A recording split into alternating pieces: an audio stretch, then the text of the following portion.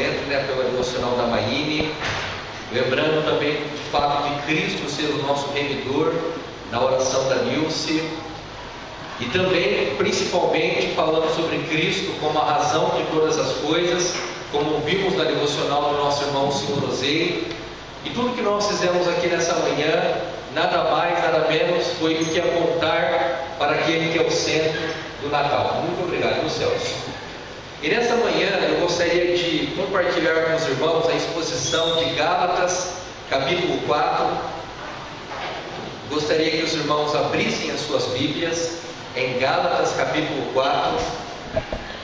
Uma vez eu ouvi uma exposição desse texto por um pastor chamado Leandro Lima, e eu achei muito interessante, achei que seria oportuno nós abordarmos essa questão nessa perspectiva. Gálatas capítulo 4, nós veremos do verso 1.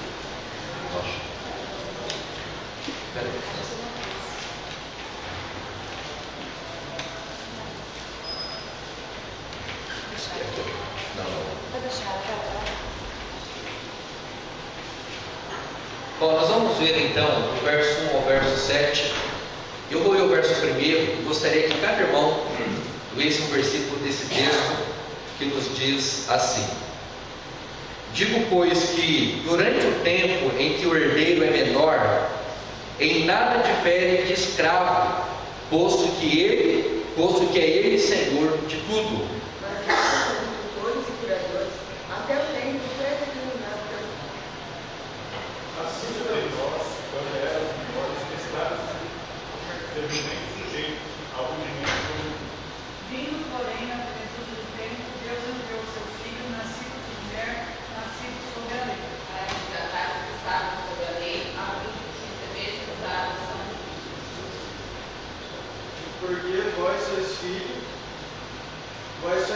enviou Deus ao nosso coração o Espírito de seu Filho, que acalma a água para, de sorte que já não és escravo, porém filho, e sendo filho também herdeiro por Deus. Isso, até o verso de número 7. Muito bem.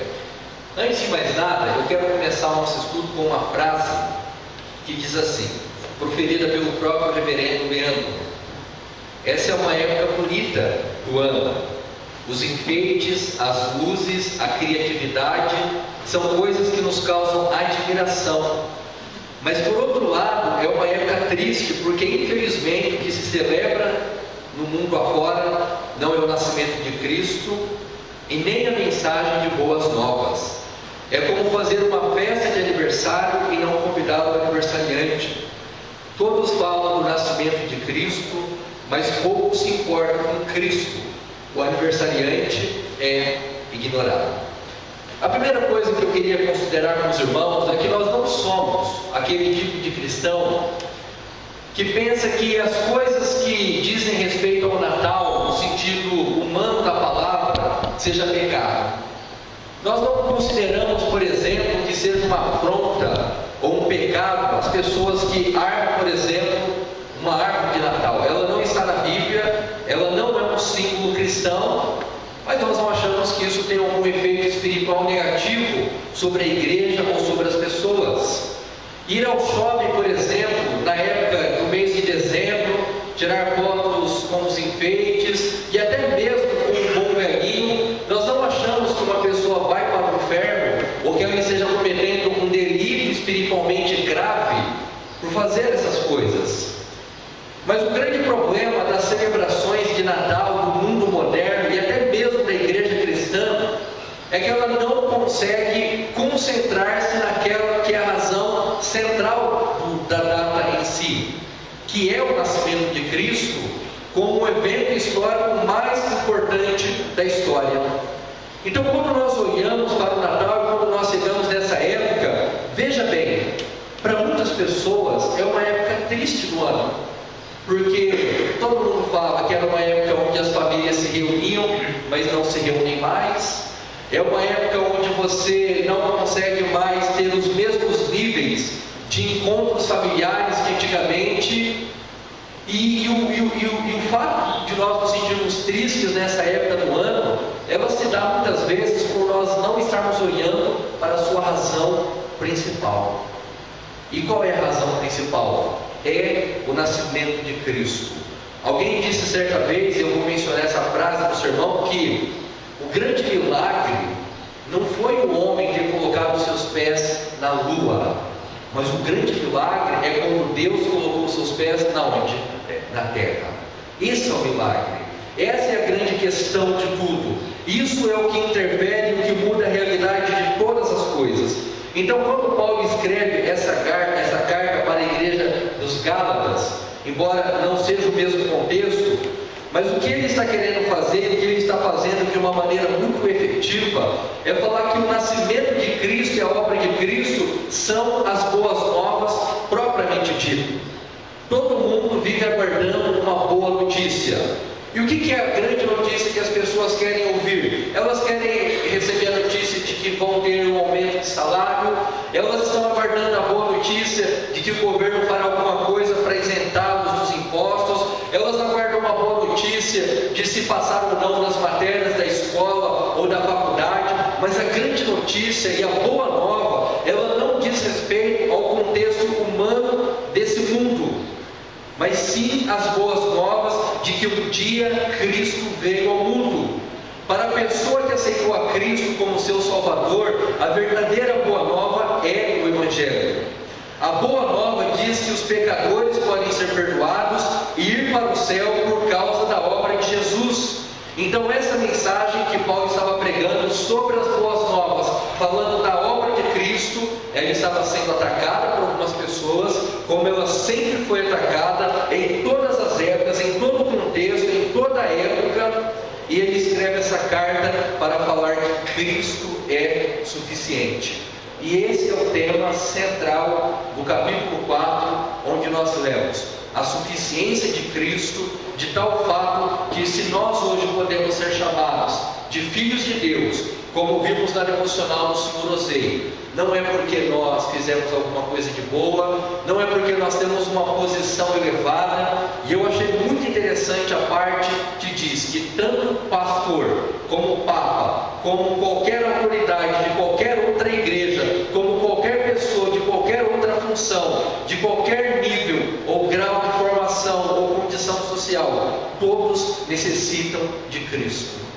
E Cristo é suficiente para todos aqueles que nele creem. Então, a grande questão que nós vamos tratar nessa manhã é: quais são os 3 aspectos essenciais da comemoração do Natal que nós não podemos nos esquecer? E é o que Paulo vai falar então no capítulo 4. O primeiro aspecto é o que nós poderíamos chamar de o tempo do nascimento de Cristo. E eu peço que alguém leia, por favor, o verso de número 4. Aí na sua Bíblia, o versículo não está aqui, alguém leia o verso de número 4. Vindo, porém, a plenitude do tempo, Deus enviou seu Filho, nascido de mulher, nascido sob a lei. Isso. Antigamente, no idioma grego e na cultura grega, havia uma maneira de distinguir o tempo. Então, por exemplo, havia a primeira maneira de se referir ao tempo, e tinha uma palavra específica para isso, que se referia ao tempo no sentido de uma oportunidade. Então, você está andando na rua, você encontra uma pessoa que você faz muito tempo que você não a via, e ela diz assim: olha, semana que vem eu vou na sua casa.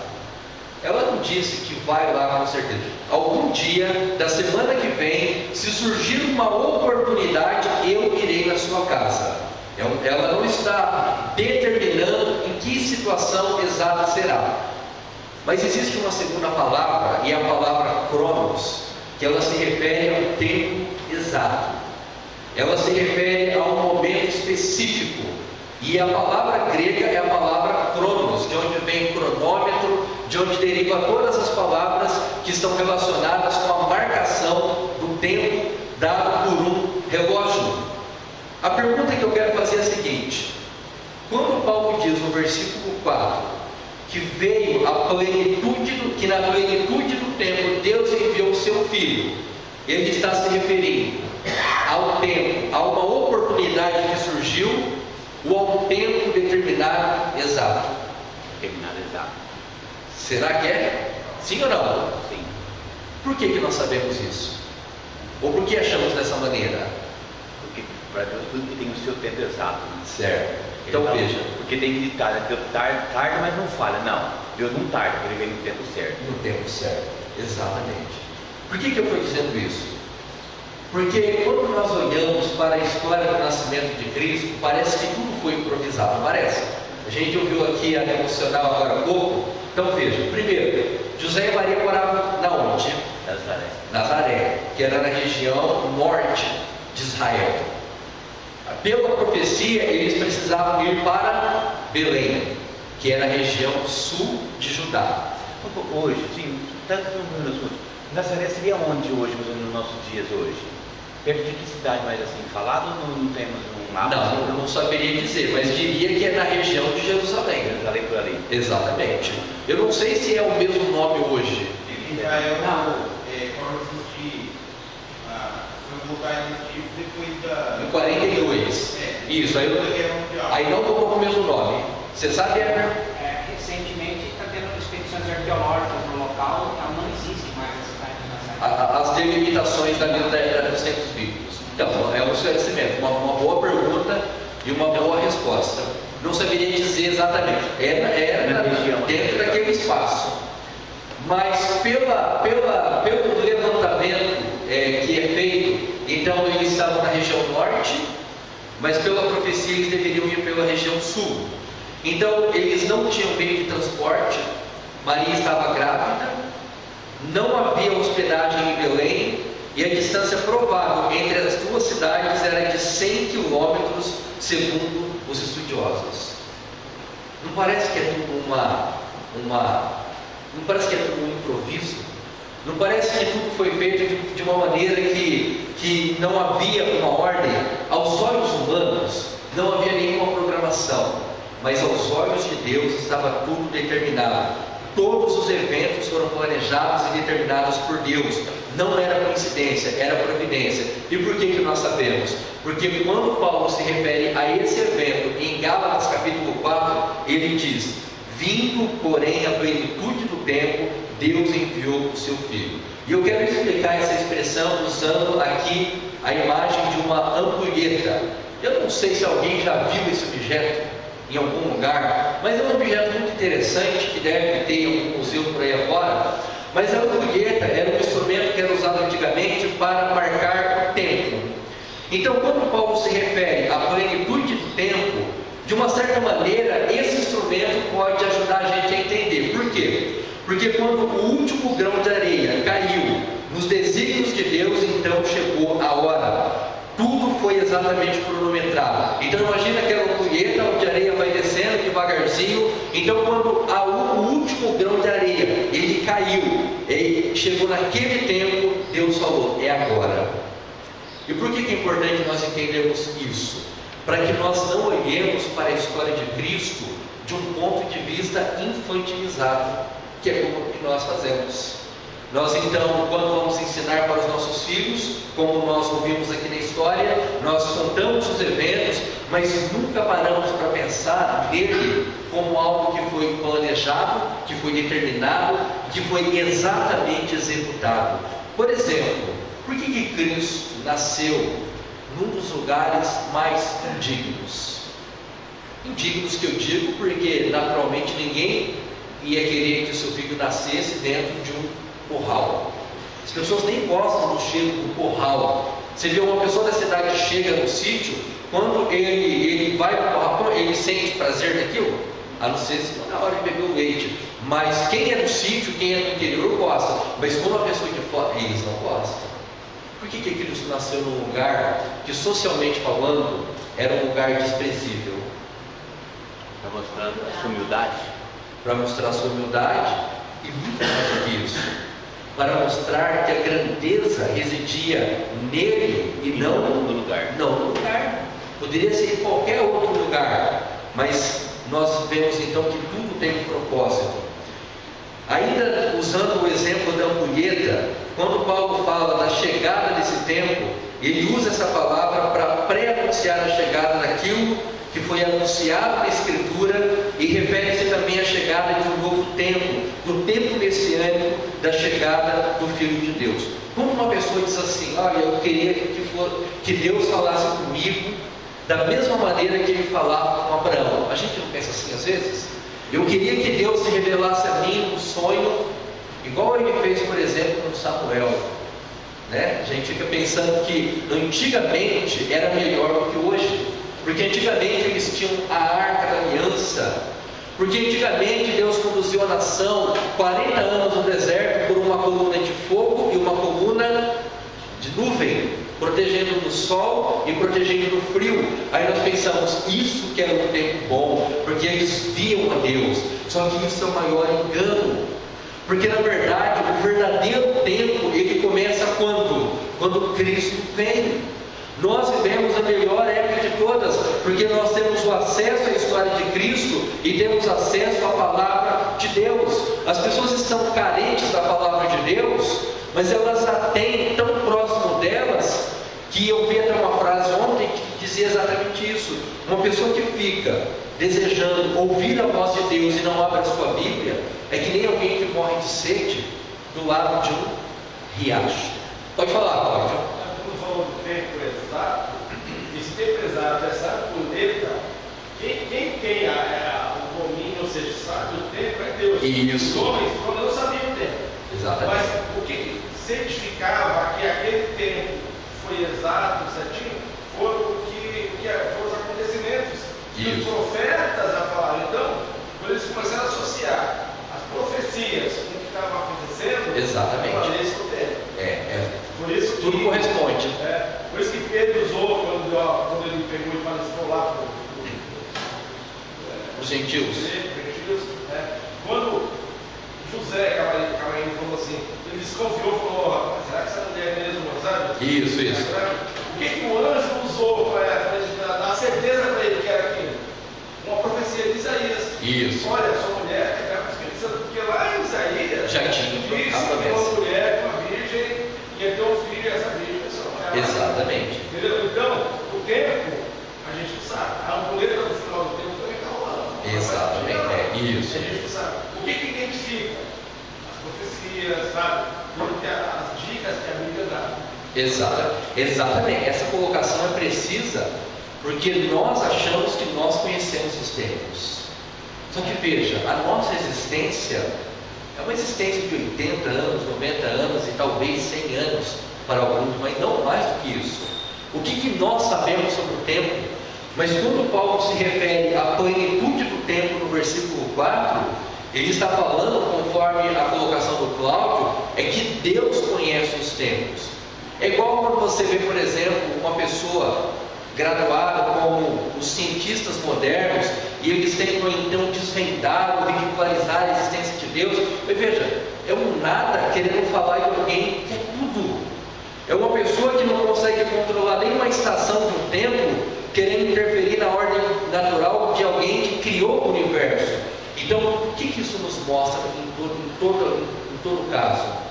Que nós devemos, sobre todas as coisas, atentar para a palavra de Deus, porque ela é a expressão da sua vontade e ela aponta para o tempo de todas as coisas. E quando Paulo se refere a esse tempo, ou a plenitude do tempo, ele está falando de um tempo escatológico ou messiânico que se encerrou num longo período de séculos de espera da humanidade. E muito bem lembrado as profecias de Isaías.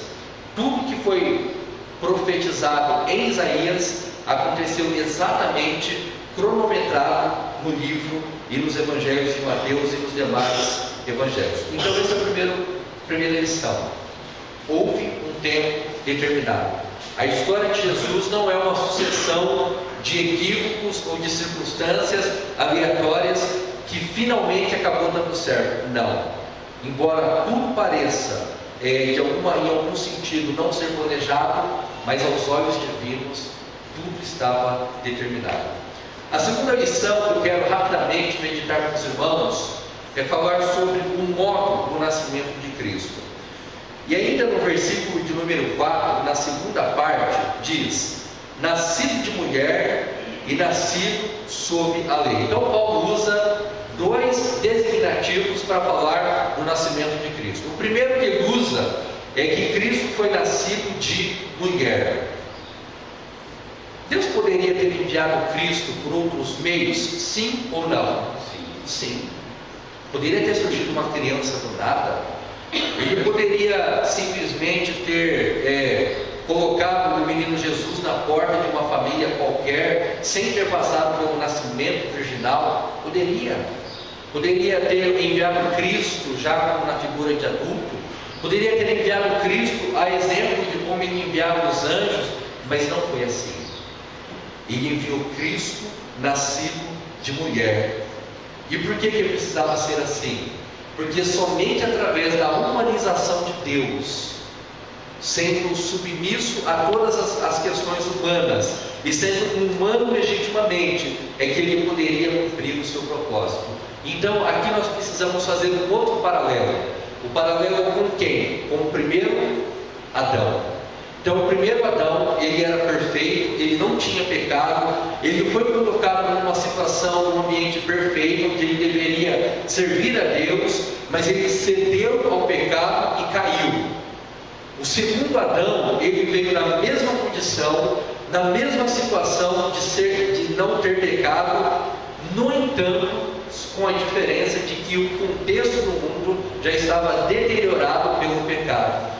Por isso que ele precisava ser nascido de mulher. E isso aponta primeiramente para a humanidade de Jesus, aponta para o nascimento virginal de Jesus e muito mais do que isso, para o cumprimento da promessa de Gênesis 3.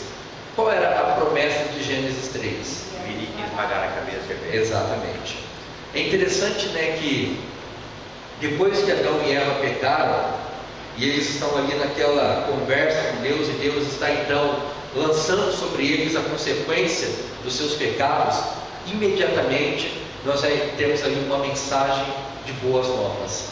É o que os teólogos chamam de proto-evangelho, é o primeiro evangelho. A gente acha que o evangelho é só no Novo Testamento, mas em Gênesis capítulo 3, versículo 15, nós já temos a primeira indicação do evangelho, de que ele viria e esmagaria a cabeça da serpente. Uma outra coisa interessante, que quando Cristo morreu, Satanás pensou que venceu. Ele pensou que venceu. Fazendo o que ele fez, usando Judas e seduzindo Judas e levando Cristo a morrer daquele jeito, na mente de Satanás ele achou que havia vencido. Mas aqui nós vemos um outro elemento, os propósitos de Deus, usando inclusive Satanás. Até mesmo o diabo é um instrumento nas mãos de Deus para cumprir os seus propósitos. E a segunda expressão diz que ele foi nascido sob a lei. Então veja, Jesus ele não nasceu acima da lei, mas ele nasceu abaixo dela. É o legislador, aquele que faz as leis, se submetendo às suas próprias leis. Dá para imaginar isso? Uma pessoa que estava sentada no trono, estabelecendo todas as coisas, criando todo o universo, mas agora ele vem e ele se submete à sua própria lei, ele se submete e se sujeita aos efeitos do pecado. E como que nós sabemos disso? Porque ele sentia fome, ele sentia dor, ele tinha limitação física, ele tinha fadiga, ele tinha necessidades fisiológicas de um ser humano normal. Ele era tanto um homem plenamente falando, como Deus plenamente falando. Mas nesse contexto pode estar enfatizando que o nascimento de Cristo, ele envolve o fato de ter nascido de uma mulher e ter nascido sob ou abaixo da lei. Ele era um homem plenamente comum, com a diferença que ele não tinha pecado. Por que nós estamos falando isso? Porque isso diz respeito ao Natal. Não é só um nenezinho deitado numa manjedoura, mas é o Filho de Deus se submetendo a toda a estrutura da vida humana para que nós pudéssemos ter vida nele. E ainda dentro dessa questão, alguém disse certa vez que Cristo passou pela porta que todos os seres humanos passam, para que pudéssemos entrar pela porta celestial que somente Ele abriu. E aqui nós temos duas imagens que apontam para duas coisas diferentes. Primeiro, a humilhação de Cristo, que é o que Ele passou, e a segunda imagem se refere ao quê? A exaltação de Cristo.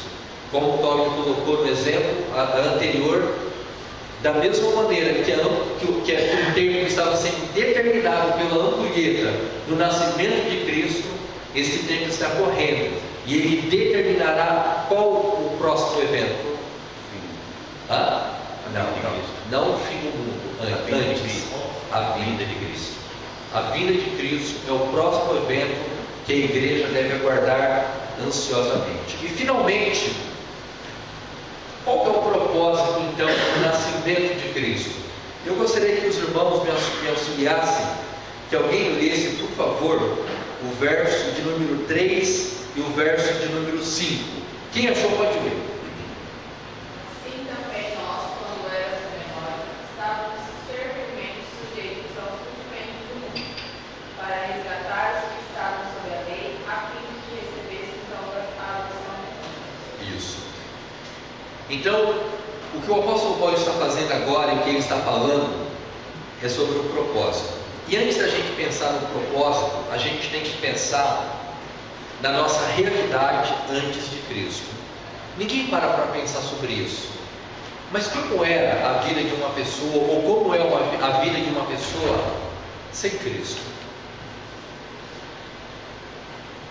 Se os irmãos pudessem definir uma vida sem Cristo, como os irmãos definiriam? Uma vida vazia, sem propósito, uma vida cujo, por mais que a pessoa alcance metas, ela sempre busca algo mais. Exatamente. Porque nós poderíamos resumir tudo isso dizendo que a vida de uma pessoa sem Cristo é uma vida de escravidão. Por que o ser humano ele nunca consegue se satisfazer com nada? Porque ele tenta preencher o vazio do seu coração usando coisas humanas, materiais e terrenas. Nós poderíamos condená-los por fazerem isso? Até poderíamos. Mas o problema é que eles estão apenas tentando fazer algo do qual eles podem fazer. Por que uma pessoa ela tenta colocar na sua profissão, ela tenta colocar no dinheiro todo o prazer e toda a razão da sua vida? Porque é o máximo que ela pode fazer.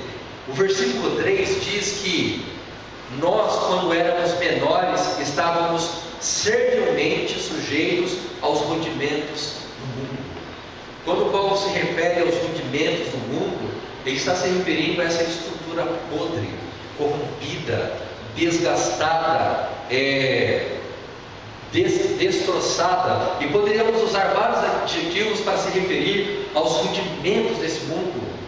Olhe profundamente para esse mundo e você vai perceber que ele não tem nada para te oferecer. Eu não estou falando do mundo no sentido de criação, mas eu estou falando nessa estrutura que foi totalmente contaminada pelo pecado. Olhe profundamente para o ser humano sem Cristo e você vai perceber que ele não tem nada, que ele é um poço de perdição. Olhe profundamente para tudo que o pecado tem feito e como ele tem devastado toda a ordem criacional de Deus, e você vai perceber que é cada vez mais desanimador uma vida sem Cristo.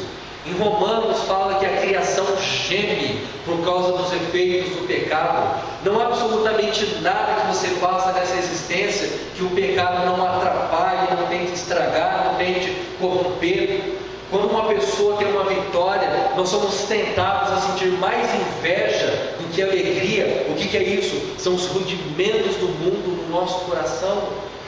Quando você vê, por exemplo, coisas boas acontecendo e não consegue se alegrar com elas, o que isso é? Nada senão, nada mais, uma tendência do nosso coração de não conseguir se desvencilhar desse pecado que, como dizem Hebreus, que tão de próximo nos assedia. Então Paulo está dizendo, antes vocês eram assim, eram pequenos, eram escravos, eram os menores, estavam servilmente ou como escravos, sujeitos aos rudimentos do mundo. E aí no versículo 5 ele apresenta o propósito: para resgatar os que estavam sob a lei, a fim de que recebêssemos a adoção de filhos.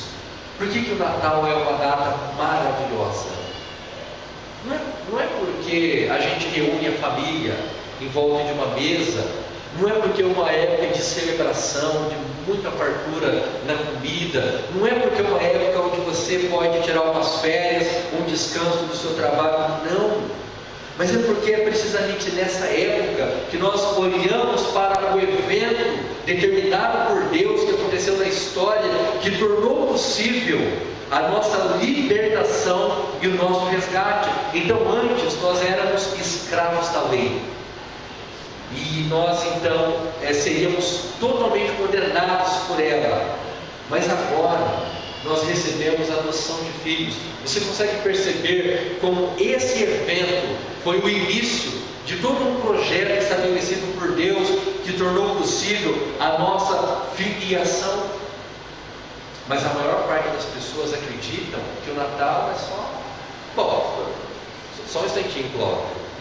Eu ia falar no que a maior parte das pessoas acreditam, mas o problema é quando nós, voltando a falar sobre a questão do Papai Noel, eu volto a dizer, não acho que seja um pecado a pessoa que vai lá e arma a árvore de Natal, mas se você engana o seu filho, dizendo que esse ser existe, e você cria um contexto onde você enfatiza mais a celebração do ponto de vista da criatividade humana do que das verdades bíblicas, então você está cometendo não apenas um equívoco, como um pecado. Pode falar, Cláudio. Então você terminar a conclusão, que a minha ideia é... Não, minha conclusão ainda não. Não, estou brincando, Cláudio. Quando eu olho esses dois pontos, a realidade de nós antes de Cristo e após Cristo, só que muitas vezes a gente começa a olhar para o mundo, só da igreja cristã, e aí começa a achar que o mundo é melhor, porque tem muita festa. Sim, exatamente. Mais atraente. Exatamente. Então a gente começa a olhar para a igreja assim como uma coisa fria. Sim. Como deveria ser o contrário. Já teve adolescente que olhou assim, poxa, eu não quero essa vida para mim. A vida do crente, falando. Isso. Ficar indo na igreja no domingo. Eu vejo meus amigos discutindo e tudo mais, e muitas vezes nós caímos nessa, nós igreja cristã. Exatamente. Isso. Né? A gente começa a olhar o mundo e começa a olhar igual os israelitas olharam para o Egito. Exatamente. Pô, lá é legal, estou fazendo o que aqui? Né? A gente não consegue enxergar realmente o que é ser cristão. Exatamente. É só essa colocação. E só complementando essa fala do Cláudio também, as pessoas elas estão muito presas às formas da igreja. Então, por exemplo, a gente vem aqui, não é atraente você vir aqui e ficar ouvindo uma pessoa falar, principalmente uma pregação que não é motivacional. Se fosse uma pregação motivacional, até valeria a pena, humanamente falando. Mas o que nós encontramos aqui é a exposição, é a leitura da Bíblia e a explicação dela somente. Mas as pessoas olham para esse formato e elas não se identificam, porque elas não veem a beleza do que essas coisas representam. A Santa Ceia, para uma pessoa que não entende o Evangelho, é uma bobagem, mas para o cristão simboliza o quê? A comunhão com o Senhor. Pode falar, Jorge. A gente acredita que a religião prende o homem, que ele pode ir mais feliz, sem regras, sim, como quer. Aí tem gente que pensa que é a que coloca a ordem no mundo. Exatamente. As regras de convivência. É isso mesmo. Mas sabe, Jorge, eu acho que as pessoas até têm razão de pensar desse jeito. Porque a maior parte das igrejas chamadas evangélicas, elas são igrejas moralistas. As pessoas entram nessas igrejas, a primeira coisa que elas aprendem lá é o código de regras da igreja. O homem tem que usar essa roupa, a mulher tem que usar essa roupa, você pode ir nesse lugar, não pode ir nesse lugar, você tem que fazer assim, não pode fazer assim. Qual que é a diferença de uma igreja moralista para uma igreja bíblica? A igreja moralista, ela vai encher as pessoas de regras, estabelecendo o limite até onde elas podem ir e até onde elas não podem ir. Uma igreja bíblica, uma igreja cristã, uma igreja que preza pela exposição do Evangelho, ela vai instruir as pessoas. Uma coisa é você determinar o que elas podem, outra coisa é você ensinar o que o Evangelho diz para elas o que elas podem. Então, a grande autoridade, ela não reside no líder da igreja que estabelece os limites, mas ela reside na palavra de Deus que estabelece os limites até onde nós podemos ou não ir. Por isso que o Evangelho é maravilhoso, porque nós estamos aqui hoje, amanhã não estaremos mais, mas a palavra diz que a palavra de Deus permanece por quanto tempo? Para sempre. E, pode falar agora, né? Voltando ao tipo, né? Então, você falar, o crente não tem alegria, não tem, né?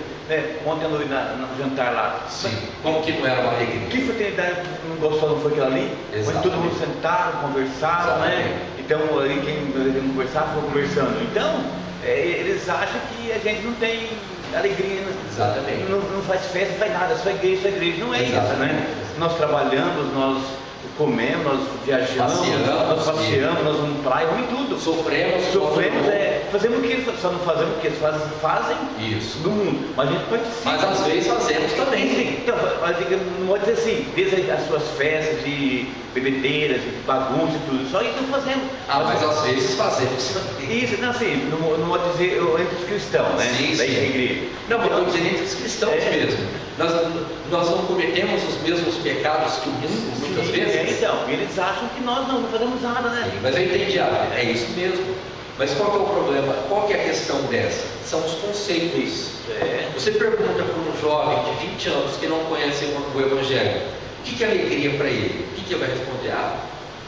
Eu sair com quantas pessoas eu quiser, poder ir às festas, ter dinheiro. E a gente poderia resumir isso tudo dizendo o seguinte: financiar os meus desejos, alimentar os meus desejos. Esse é o conceito de felicidade para o mundo. Qual que é o conceito de felicidade para o cristão? Alimentar os desejos de Cristo na minha vida. Só que para fazer isso, a gente tem que morrer.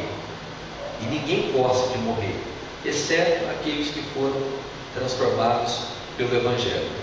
E só para a gente então partir aqui para a parte final, o propósito de Deus ao enviar Cristo no tempo determinado era esmagar a cabeça da serpente. Por isso o Natal é mais do que o nascimento de um pequeno e lindo bebê, é a vinda do Filho de Deus para efetuar o resgate. Deus nos comprou para que fizéssemos parte da sua família e nos relacionássemos intimamente com o Pai. E eu gostaria de, nessa última parte, ler então os versículos 6 e 7, onde Paulo fala sobre quais efeitos deveriam ter na vida daqueles cristãos. E só para os irmãos entenderem, a igreja de Gálatas ainda estava cedendo a um outro evangelho. Eles estavam misturando o evangelho de Cristo com, por exemplo, os rudimentos desse mundo. Eles estavam achando que as boas obras deveriam e poderiam ter uma importância na salvação de uma pessoa. Paulo vai dizer que não é assim. Cristo é suficiente. E Ele não apenas é suficiente, como Ele é o único que poderia ter feito isso por nós. E quando nós chegamos no versículo 6 e 7, ele diz assim: e porque vós sois filhos, enviou Deus ao nosso coração o Espírito de seu Filho, que clama, Abba Pai, de sorte que já não és escravo, porém filho, e sendo filho, também herdeiro por Deus. Aí eu quero fazer uma pergunta para os irmãos: o que significa a expressão Abba Pai? Eu até tenho que ficar bem no fundo. O que significa a expressão Abba Pai? Paizinho. Isso. Não é comum mais nos nossos dias, mas até alguns anos atrás, ou até talvez algumas décadas atrás, os filhos se referiam aos seus pais como papai e mamãe. Hoje, se alguém fala, soa até diferente, porque nós não estamos acostumados. Mas quando você chama o seu pai de papai ou mamãe, convenhamos, expressa muito mais intimidade do que ser só papai e mãe, né? Que nem a mãe acorda todos os dias e fala assim: pai, cadê a mãe? Não é nem para falar, é para perguntar da mãe. Mas quando Paulo fala assim, que Deus enviou ao nosso coração o Espírito que clama ao Pai, é um novo nível de intimidade. Por que nós vamos voltar para o Antigo Testamento, se agora nós podemos relacionar com Deus como nosso papai? como o nosso paizinho, como aquele com que nós podemos deitar no colo dele e descansar. Uma vez o José Bessa falou que uma coisa muito interessante, que ele estava ouvindo alguém criticando as pessoas, que quando elas vão orar, elas acabam adormecendo.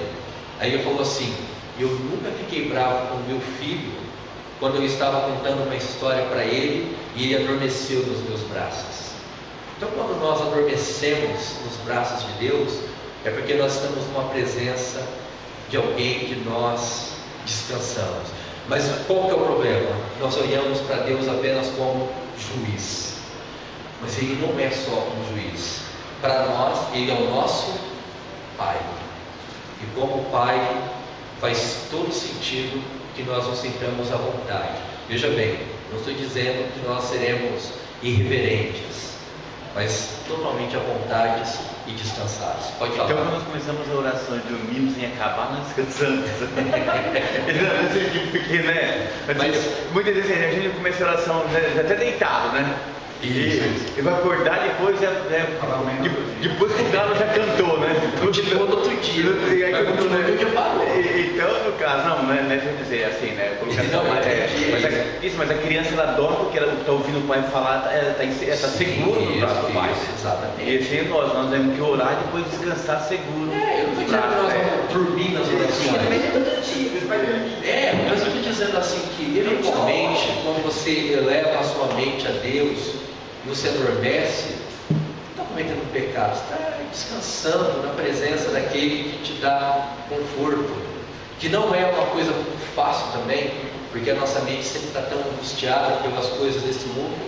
Mas o que eu quero que nós entendamos é isso: o Natal é a representação clara e vívida de que um dia alguém nos amou poderosamente, de que alguém pagou a nossa dívida, e de que se nós temos o privilégio de buscá-lo em oração, temos o privilégio de ler a sua palavra e de ter nele o refúgio, foi tão somente porque ele nos amou e veio a nós, e não o contrário. Alguém quer fazer alguma consideração a mais, algum acréscimo, algum esclarecimento? Os irmãos fiquem à vontade. Então, que Deus assim nos abençoe, e que as nossas celebrações de Natal elas sejam poderosamente guiadas por uma visão bíblica, por uma visão cristã daquilo que o Evangelho nos ensina.